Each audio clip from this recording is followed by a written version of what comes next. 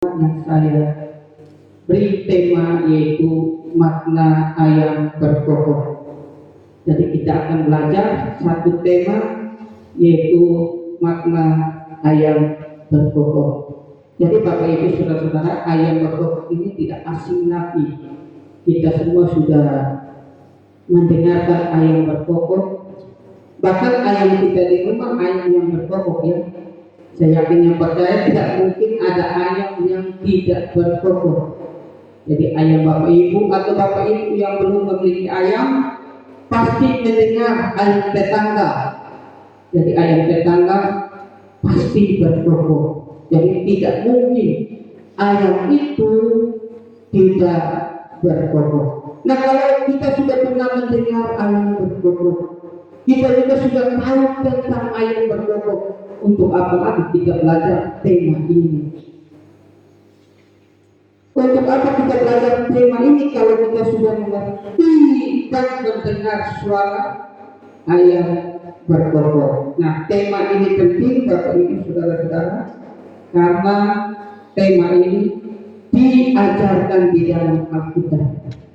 Jadi kalau kita melihat keempat Injil, Matius, Markus, Lukas, dan Yohanes, keempat Injil ini membahas topik yang sama, yaitu berkaitan dengan Petrus yang akan menyangkal Yesus. Petrus yang menyangkal Yesus itu dibicarakan di dalam keempat Injil.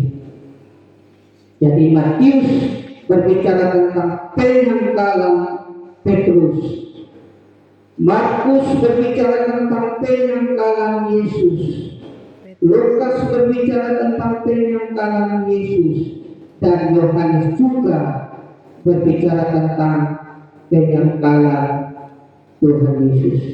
Nah, di dalam kisah penyangkalan ini ada suara ayam berkokok. Sehingga di dalam renungan firman Tuhan hari ini kita akan belajar apa makna teologis dari ayam berkokok. Setelah kita memahami makna ayam berkokok, lalu kita terapkan dalam kehidupan kita hari lepas hari. Nah, sehingga tema di dalam masa-masa sengsara untuk memperingati makna penderitaan Tuhan Yesus, saya mengambil tema ayam berkokok.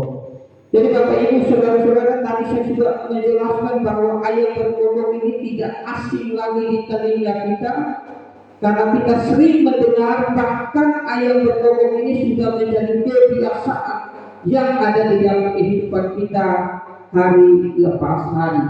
Mungkin tadi pagi ada kita juga mendengarkan suara ayam berkokok. Mungkin ada yang tidurnya sangat nyenyak sehingga tidak sempat untuk mendengarkan ayam berkokok. Saya yakin dan percaya tadi pagi pasti ada ayam yang berkokok. Tadi pagi pasti ada ayam yang berkokok atau mendengarkan suara ayam berkokok. Nah, Bapak Ibu Saudara-saudara, yang menjadi pertanyaan adalah apa makna teologis dari ayam berkokok? Nah, makna teologis yang pertama adalah ayam berkokok itu memiliki makna teologis yang pertama adalah apa yang dikatakan oleh Yesus tepat. Jadi makna teologis daripada ayam berkokok adalah apa yang dikatakan oleh Tuhan Yesus, apa yang dinubuatkan oleh Tuhan Yesus tepat adanya, tepat sasaran. Apa yang dikatakan oleh Tuhan Yesus terjadi dengan nyata. Nah, kalau kita lihat di dalam ayatnya yang ke-34 itu dikatakan bahwa Yesus berkata kepada Petrus, "Aku berkata kepadamu, sesungguhnya malam ini sebelum ayam berkokok, engkau telah menyangkal aku 3 kali." Nah, di dalam ayat yang ke-34 ini Tuhan Yesus mengatakan kepada Petrus, bahwa dia akan menyangkal Tuhan Yesus sebanyak 3 kali. Dan ketika Petrus menyangkal Tuhan Yesus sebanyak 3 kali, terdengar suara ayam berkokok. Sehingga di dalam ayatnya yang ke-74, maka mulailah Petrus menutup dan bersumpah, aku tidak kenal orang itu, dan pada saat itu berkokoklah ayam. Jadi kalau kita melihat di dalam ayat 34 dan ayat yang ke-74 dan 75 itu menjelaskan bahwa apa yang dikatakan Tuhan Yesus, bahwa Petrus akan menyangkal, dan setelah Petrus menyangkal terdengar suara ayam berkokok, itu terbukti di dalam ayat-ayat 74 dan 75. Jadi di sini Bapak Ibu Saudara-saudara, suara ayam berkokok merupakan penggenapan dari apa yang dikatakan oleh Tuhan Yesus. Tuhan Yesus berkata kepada murid-muridnya bahwa iman mereka akan tergoncang pada saat Tuhan Yesus ditangkap, pada saat guru mereka ditangkap, iman mereka akan digoncang. Petrus berkata, aku tidak. Meskipun murid-murid yang lain tergoncang imannya, aku sekali-kali tidak. Tapi Tuhan Yesus berkata, Petrus, pada malam ini juga engkau akan menyangkal aku sebanyak 3 kali. Sebelum ayam berkokok, engkau menyangkal aku 3 kali. Engkau akan mengatakan tidak mengenal aku sebanyak 3 kali sebelum ayam berkokok. Nah, apa yang dikatakan Tuhan Yesus terbukti di dalam ayat yang ke-74 dan 75. Nah, dengan demikian apakah penyangkalan Petrus itu karena keinginan Tuhan Yesus? Karena Tuhan Yesus sudah berkata, Petrus, kamu akan menyangkal aku, sehingga Petrus menyangkal Tuhan Yesus? Tidak. Apa yang dilakukan oleh Petrus itu adalah keyakinan di dalam diri Petrus. Lalu yang menjadi pertanyaan, mengapakah Kristus sudah tahu sebelum hal itu terjadi? Kenapa Kristus sudah tahu di ayat yang ke-34 bahwa Petrus akan menyangkal dia sebanyak 3 kali? Kenapa Kristus sudah tahu sebelum hal itu terjadi? Di ayatnya yang ke-74, 75, Bapak Ibu Saudara-saudara, ini juga membuktikan bahwa Tuhan Yesus yang kita sembah adalah Tuhan yang Maha Tahu. Ini membuktikan bahwa Tuhan Yesus yang kita puji adalah Tuhan Yesus yang Maha Tahu. Dia tidak hanya tahu tentang masa lalu, dia tidak hanya tahu tentang masa kini, tetapi dia juga tahu tentang masa depan. Bahkan Tuhan Yesus tahu Petrus jauh lebih daripada Petrus tahu tentang dirinya sendiri. Tuhan Yesus memahami Petrus jauh lebih dalam, jauh lebih luas, jauh lebih daripada Petrus memahami dirinya sendiri. Petrus tidak tahu malam itu akan terjadi seperti apa, karena di dalam ayatnya yang ke-32 Petrus masih memiliki keyakinan diri yang luar biasa. Dia mengatakan bahwa dirinya sekali-kali tidak akan menyangkal Tuhan Yesus. Dirinya bahkan mati pun dia tidak akan menyangkal Tuhan Yesus. Dia hanya baru yakin pada saat itu, tetapi Tuhan Yesus sudah memahami apa yang akan terjadi ke depan. Sehingga Bapak Ibu Saudara-saudara, Suara ayat berpokok juga membuktikan bahwa Tuhan Yesus yang kita puji, Tuhan Yesus yang ada di dalam doa kita, bukan manusia biasa, bukan hanya sekedar guru moral biasa, tetapi Tuhan Yesus adalah Allah yang Maha Tahu. Tuhan Yesus adalah Allah yang Maha tahu kedalaman isi hati dari Petrus. Itu bagian yang pertama. Nah, Bapak Ibu Saudara-saudara, bagian yang kedua, mata suara ayam berkokok yang kedua adalah sebagai bukti kira Tuhan di dalam diri Petrus. Jadi suara ayam berkokok itu sebagai bukti kira Tuhan di dalam diri Petrus. Tadi sudah saya katakan bahwa Petrus menyatakan bahwa dia tidak akan menyangkal Tuhan Yesus. Petrus mengatakan bahwa meskipun dia mati, dia tidak akan menyangkal Tuhan Yesus. Dia merasa bahwa dia memiliki iman yang lebih besar daripada murid-murid yang lain. Sehingga meskipun murid-murid yang lain imannya digoncang, Petrus sekali-kali tidak.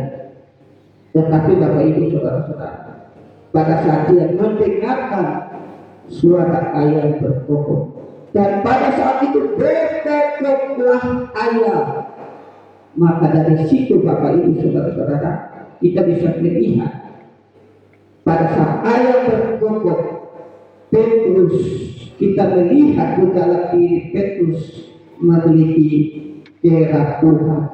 Kita melihat diri Petrus tidak memiliki konsistensi. Kita melihat apa yang dikatakan oleh Petrus tidak sesuai dengan kenyataan. Di dalam ayat yang ke-33 berkata, biarpun mereka semua tergoncang iman mereka karena Engkau, aku sekali-kali tidak. Aku sekali-kali tidak. Tuhan Yesus sudah mengatakan di dalam ayat 34, Engkau akan menyangkal aku 3 kali. Petrus membantah perkataan Tuhan Yesus lagi di ayat 35, sekalipun aku harus mati bersama-sama Engkau, aku tidak akan menyangkal. Jadi Tuhan Yesus iman mereka akan tergoncang. Petrus bilang, aku tidak. Meskipun murid-murid yang lain tergoncang, aku tidak. Lalu Tuhan Yesus berkata, pada malam hari ini engkau akan menyangkal aku 3 kali. Dan suara ayam berkokok. Petrus membantah perkataan Tuhan Yesus. Petrus berkata, tidak.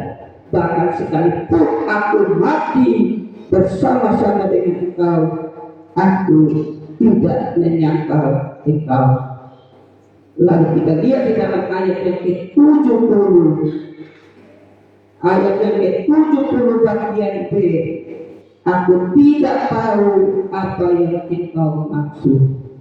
Pada saat ada yang bertanya kepada Petrus, kepadanya katanya, engkau juga selalu bersama-sama dengan Yesus orang Galilea itu. Petrus berkata, aku tidak tahu apa maksudnya. Ini penyangkalan yang pertama. Yang kedua, ayat yang ke-72, orang-orang yang ada di situ bertanya lagi kepada Petrus, orang ini bersama-sama dengan Yesus orang Nazaret itu. Petrus berkata, aku tidak kenal. Dan ia menyangkal pula dengan bersumpah, aku tidak kenal orang itu. Dan ayat yang ke-74, maka oleh Petrus mengutuk dan bersumpah, aku tidak kenal orang itu. Jadi Petrus menyangkal. Di dalam ayat ke-33, Petrus memiliki ide yang luar biasa, iman yang luar biasa. Tetapi kenyataannya Bapak Ibu Saudara-saudara, ayat 70, 72, 74, dia menangkal Tuhan Yesus sebanyak 3 kali. Nah, ini menunjukkan kira Tuhan di dalam diri manusia tanpa anugerah daripada Tuhan, tanpa kekuatan daripada Tuhan. Jika manusia mengandalkan diri manusia, maka kira Tuhan yang ada dalam diri manusia. Jadi suara ayat berkokok itu membuktikan kira Tuhan manusia tanpa anugerah daripada Tuhan, tanpa kekuatan daripada Tuhan, kita hanyalah manusia yang rapuh, manusia yang terkadang tidak setia pada apa yang kita katakan. Inilah yang dialami di dalam diri Petrus di dalam bacaan kita. Nah, itu Bapak Ibu Saudara-saudara, bagian yang kedua. Nah, bagian yang ketiga adalah suara ayam berkokok itu seperti alarm. Kalau kita besok pagi kita akan melaksanakan tugas, besok pagi kita akan bekerja, bangun pagi, maka kita terkadang menyalakan alarm. Kita menyalakan alarm. Jadi alarm kita nyalakan itu sebagai pengingat besok kita harus bangun pagi agar tidak terlambat dalam bekerja, agar tidak terlambat datang ke gereja, agar tidak terlambat dalam melaksanakan tugas. Jadi alarm itu sangat penting. Jadi suara ayat juga itu sebagai alarm untuk membangunkan kita,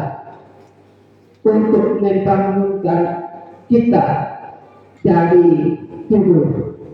Biasa mungkin ibu-ibu bangun pagi supaya bisa masak bangun dengan pagi, biasa mungkin hanya mendengar suara ayat berkokok langsung bangun pagi, membereskan rumah, masak dan lain-lain.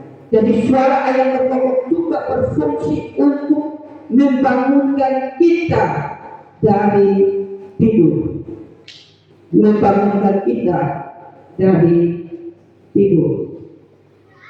Nah, itu dalam kehidupan kita sehari-hari. Nah, di dalam secara teologis juga suara ayat berkokok itu membangunkan Petrus dari spiritualitas yang sedang tidur, membangunkan Petrus dari kerohaniannya yang sedang tidur, membangunkan Petrus dari spiritualitasnya yang sedang tidur, agar dia bangun, agar dia kerohaniannya dibangunkan oleh suara ayat.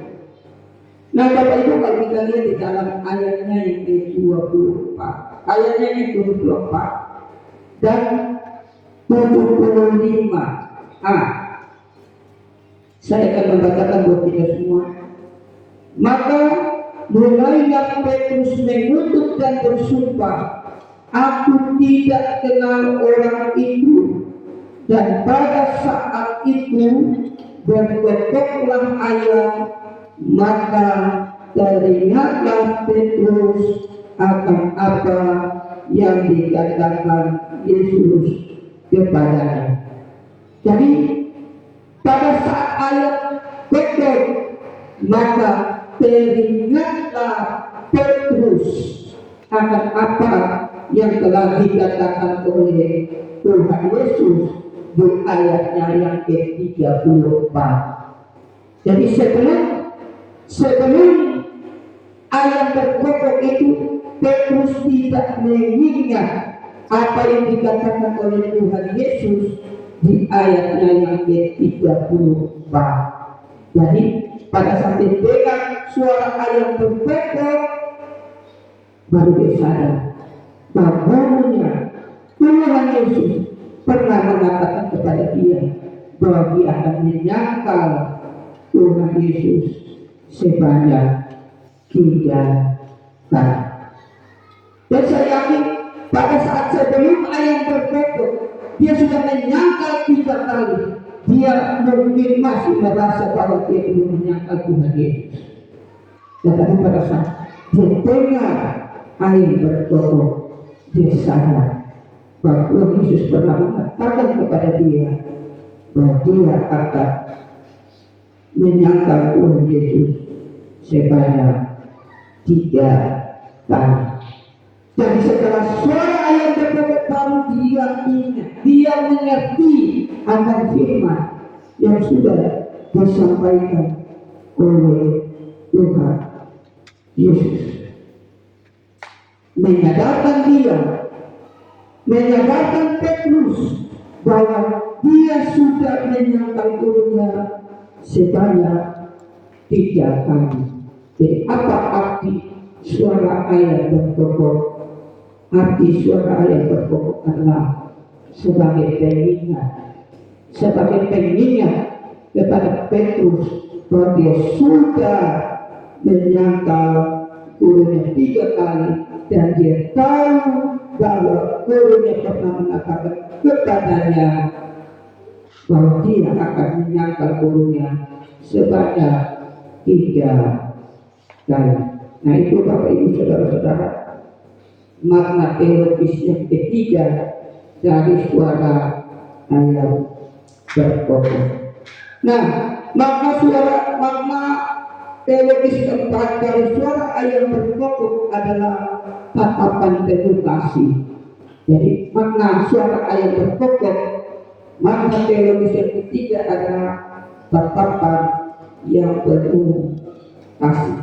Nah, ini kita bisa lihat di dalam Injil Yohanes, di dalam Injil Lukas. Di dalam Injil Lukas pasalnya yang ke-22 ayatnya yang ke-61.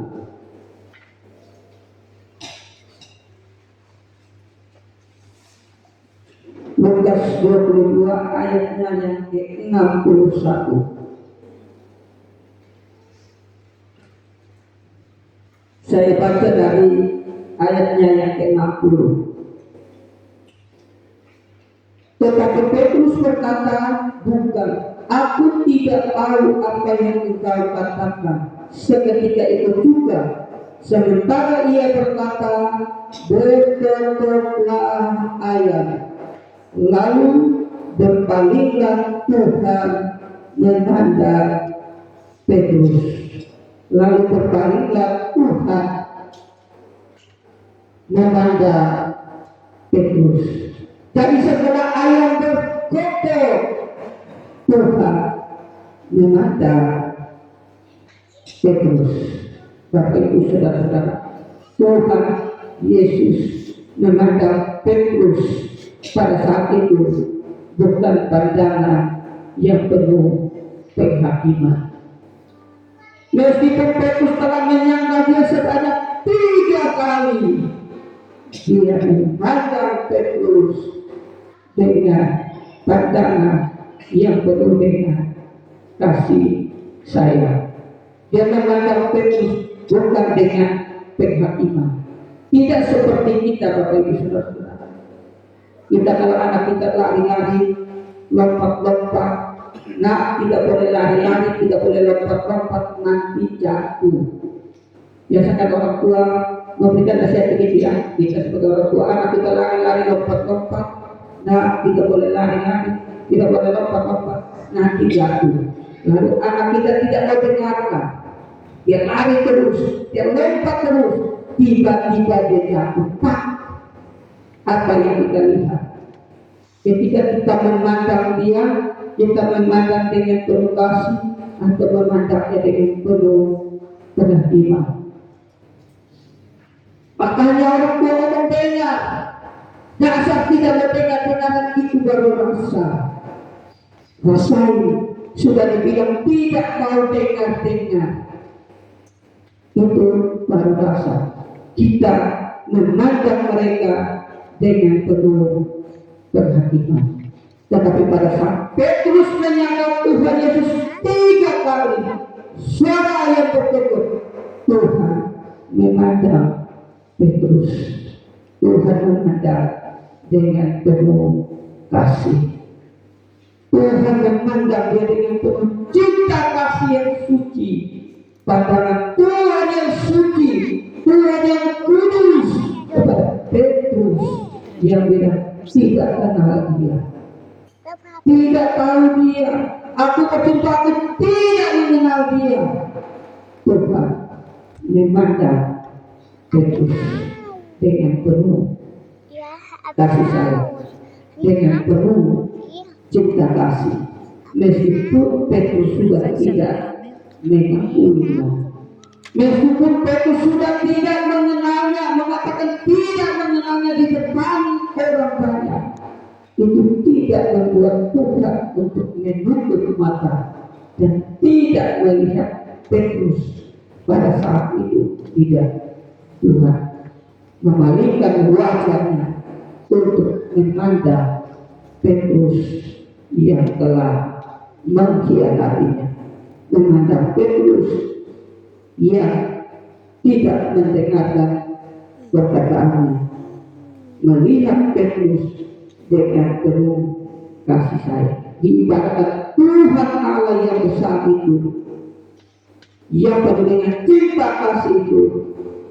datang kepada manusia yang tidak penuh dengan cinta kasih, manusia yang menolaknya, manusia yang berkali menyalibkannya. Dia mendoakan mereka seperti di dalam salah satu perkataan, 7 perkataan di atas kayu salib. Ampunilah mereka sebab mereka tidak tahu apa yang mereka berbuat. Jadi meskipun Petrus menyampaikan Tuhan Yesus 3 kali, Tuhan masih memandang Petrus dengan penuh cinta kasih. Pandangannya tidak menghakimi Petrus, tetapi pandangan yang penuh dengan kasih sayang. Nah, lalu Bapak Ibu Saudara-saudara, dari pandangan Tuhan Yesus kepada Petrus ini, apa yang kita lihat? Dari tatapan Tuhan Yesus yang penuh kasih ini, apa yang kita lihat dalam diri Petrus? Bagian yang kelima yaitu tangisan kemuliaan. Tangisan yang kita lihat di dalam diri Petrus. Nah, ini kalau kita lihat di dalam bacaan kita di dalam Matius, kita kembali di dalam Matius pasalnya yang ke-26, ayatnya yang ke-75, ayatnya yang ke-75. Saya mengatakan dari 74, maka mulailah Petrus mengutuk dan bersumpah, aku tidak kenal orang itu, dan pada saat itu berkokoklah ayam. Maka teringatlah Petrus akan apa yang dikatakan Yesus kepadanya, sebelum ayam berkokok, engkau telah menyangkal aku 3 kali. Lalu ia pergi keluar dan menangis dengan sedihnya. Jadi di sini kita melihat Bapak Ibu Saudara makna teologis dari suara ayam yang bergedok, membuat Petrus mengingat apa yang dikatakan oleh Tuhan Yesus, membuat Tuhan Yesus memandang Petrus dengan penuh kasih. Dan dari pandangan Tuhan Yesus yang penuh kasih itu membongkar emosional Petrus, sehingga Bapak Ibu Saudara-saudara secara psikologi emosionalnya diguncang, sehingga Bapak Ibu Saudara-saudara kita melihat dia merasa bersalah, dia merasa malu, dia memiliki rasa bersalah yang berlebihan sehingga itu mengakibatkan tangisan berlebihan di dalam diri Petrus. Jadi tangisan di dalam diri Petrus, suara yang berkokok, membuat dia mengerti, membuat Yesus memandang wajahnya kepada Petrus, dan suara ayam berkokok juga menyadarkan Petrus akan apa yang sudah dia lakukan kepada Tuhan Yesus. Itu membuat dia menangis. Tangisan Petrus pada saat itu, Bapak Ibu Saudara-saudara, bukan tangisan karena takut dihukum, bukan tangisan karena takut dihukum. Anak yang menangis, anak yang melakukan kesalahan menangis karena takut dihukum, bukan karena takut dihukum, bukan karena dia sudah bersalah.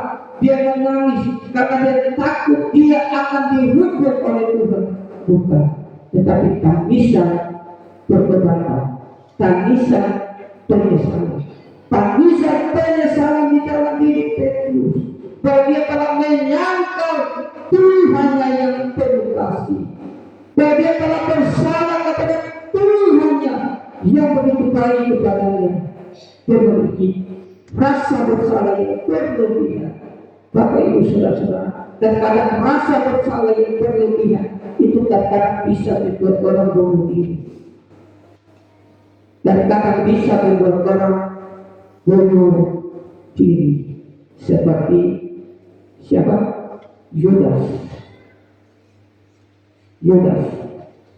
Itu dia tidak mengalami pemulihan, dia tidak sampai kepada pertobatan seperti Petrus. Petrus memiliki penyesalan yang begitu dalam di dalam dirinya, sehingga itu membuat dia menangis, tangisan pertobatan, tangisan pemulihan. Dia sangat sedih karena dia telah melukai Tuhannya. Dia sangat sedih karena dia telah melukai gurunya yang begitu baik. Dia merasa bersalah karena dia telah melukai gurunya yang begitu mengasihinya, sehingga dia memiliki tangisan pemulihan, tangisan pertobatan, tangisan di dalam dirinya, bukan karena takut dihukum maka dia menangis, tetapi dia menangis karena dia telah menyangkal gurunya yang begitu mencintainya, gurunya yang penuh dengan begitu mengasihinya. Itu Bapak Ibu Saudara bagian yang kelima dari makna ayat bertokoh. Dan makna ayat bertokoh yang keenam adalah makna ayat bertokoh adalah transisi dari malam menuju fajar. Transisi dari malam menuju fajar. Di malam Petrus menyangkal Tuhan Yesus sebanyak 3 kali, dan pada saat fajar, hampir fajar, dia menyadari dia memiliki penyesalan bertobat. Di fajar yang akan terang akan menyinari, di malam gelap, dan ayat bertokoh di akan menyambut fajar pagi yang terang. Sehingga secara teologis ada teologi yang mengatakan Petrus menyangkal di malam yang gelap. Petrus sadar dan bertobat di pagi fajar yang akan menyingsing. Jadi suara ayat itu di pagi hari itu sebagai transisi dari malam menuju pagi yang terang. Bapak Ibu Saudara-saudara yang terkasih di dalam nama Tuhan kita Yesus Kristus.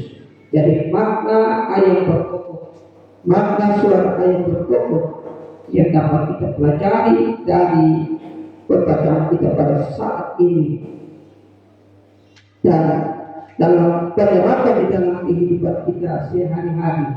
Bapak Ibu Saudara-saudara, kita juga terkadang seperti Petrus, terkadang kita juga menyangkal Tuhan kita. Terkadang kita juga tidak mau mendengarkan apa yang dikatakan oleh Tuhan kita di dalam firman Tuhan. Kita sering membantah kebenaran firman Tuhan. Kita terkadang tidak mau mendengarkan firman Tuhan.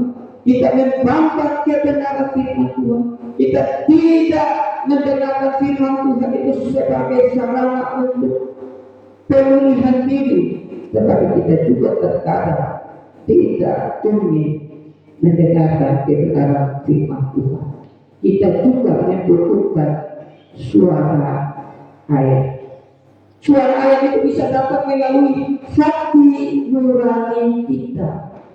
Suara ayat tidak perlu dapat melalui ayat secara fisik seperti kisah Petrus, tetapi suara ayat juga bisa datang melalui suara hati nurani.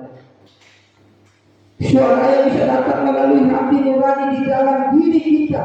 Kecemasan demi kecemasan ketika kita hidup tidak setia pada kebenaran.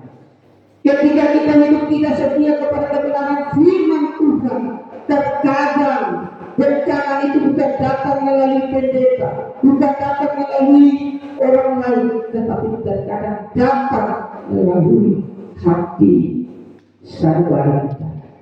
Hati kita terkadang menegur kita. Hati kita terkadang menegur kita, memberikan kesadaran kepada kita. Namun Bapak Ibu Saudara-saudara, terkadang kita tidak membukakan hati kita yang menegur kita, tetapi terkadang kita menderaskan hati kita dan tidak mau ditegur oleh suara ayat yang datang melalui suara hati nurani kita. Jadi firman Tuhan ini mengingatkan kita untuk peka terhadap suara hati nurani. Karena kita semua tidak lepas dari salah. Bapak Ibu bisa salah, saya juga bisa salah, pendeta bisa salah, majelis bisa salah. Semua kita, tidak ada yang tidak bisa salah. Kita bisa salah, kita bisa jatuh. Petrus yang dititik langsung oleh Tuhan Yesus saja bisa jatuh. Bagaimana dengan kita? Oleh sebab itu Bapak Ibu Saudara-saudara, kita harus memiliki kepekaan terhadap suara hati nurani. Mendengarkan kebenaran firman Tuhan bukan untuk menghakimi kita, tetapi firman Tuhan yang datang sebagai pembelajaran, firman Tuhan sebagai koreksi agar kita menjadi pribadi yang lebih baik dan lebih baik, bukan untuk menghakimi. Sehingga ketika kita mendengarkan firman Tuhan, kita jangan memiliki cara berpikir yang tidak tepat. Firman Tuhan yang datang, oh ini mau menghakimi saya, itu mau menjelaskan tentang keburukan di dalam diri saya, menghakimi saya dan lain sebagainya. Tidak. Tetapi firman Tuhan yang datang sebagai koreksi bagi kita semua, seperti suara ayat yang mengingatkan Petrus. Penerapan yang kedua yaitu suara ayat mengingatkan kita untuk tidak memiliki spiritualitas yang sombong. Kita memiliki spiritualitas yang sombong dalam hal spiritualitas. Saya lebih bersih dari kalian. Kalian lebih kuat dari saya. Saya lebih suci, saya lebih taat, saya lebih saleh, saya lebih sempurna dari yang lain.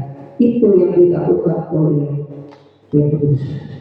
Petrus merasa dia imannya lebih besar dari murid-murid yang lain. Itu kesombongan spiritualitas. Kalau kita memiliki kesombongan spiritualitas, kita akan jatuh dengan kesombongan itu sendiri.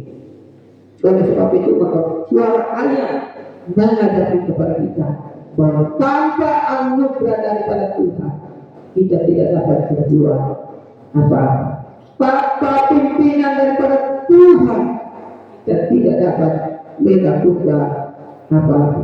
Apa yang kita lakukan, apa yang Tuhan bekerja, Tuhan percayakan bagi kita, semuanya hanya karena anugerah, semuanya hanya karena pemberian, semuanya hanya karena kasih sayang daripada Tuhan, sehingga itu tidak membuat kita menjadi pribadi yang sombong dalam hal spiritualitas.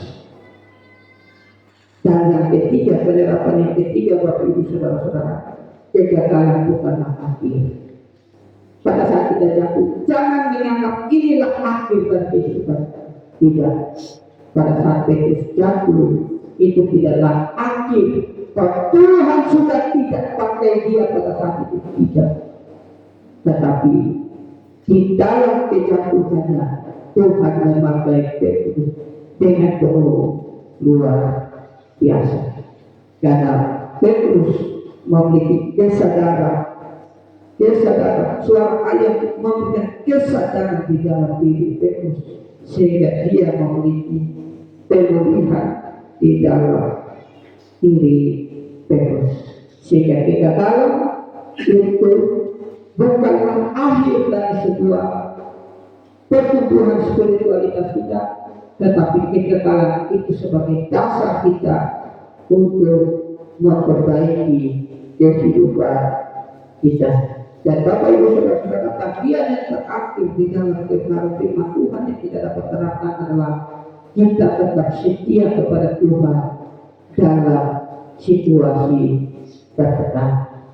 Dalam situasi tertekan, mungkin kita tidak ditekan oleh orang-orang pada masa itu, kita tidak ditekan oleh orang-orang dalam aspek iman yang berbeda, tetapi terkadang kita ditekan oleh hal-hal yang bersifat materialistik. Kita ditekan karena doa kita belum menjawab, itu membuat kita kurang percaya kepada Tuhan. Kita ditekan karena apa yang kita tunjukkan Tuhan belum menjawab, sehingga itu membuat kita kecewa kepada Tuhan. Petrus ditekan oleh masa. Kita mungkin yang hidup pada masa kini itu tidak ditekan oleh masa, tapi kita ditekan oleh hal-hal yang bersifat materialis. Mungkin kita ditekan oleh perkumpulan yang kita sudah berdoa, tapi Tuhan belum menjawab, lalu membuat kita ragu akan kedaulatan Tuhan. Kita mungkin berkumpul, kita mungkin meragukan Tuhan, kurang percaya kepada Tuhan karena kecukupan ekonomi dan lain sebagainya. Lalu membuat kita, di mana engkau? Saya sudah berdoa, saya sudah rajin ke gereja, saya sudah rajin memuji engkau, saya sudah rajin melakukan apa yang engkau katakan, tetapi apa yang saya dapatkan? Mungkin kita memiliki pemikiran seperti ini.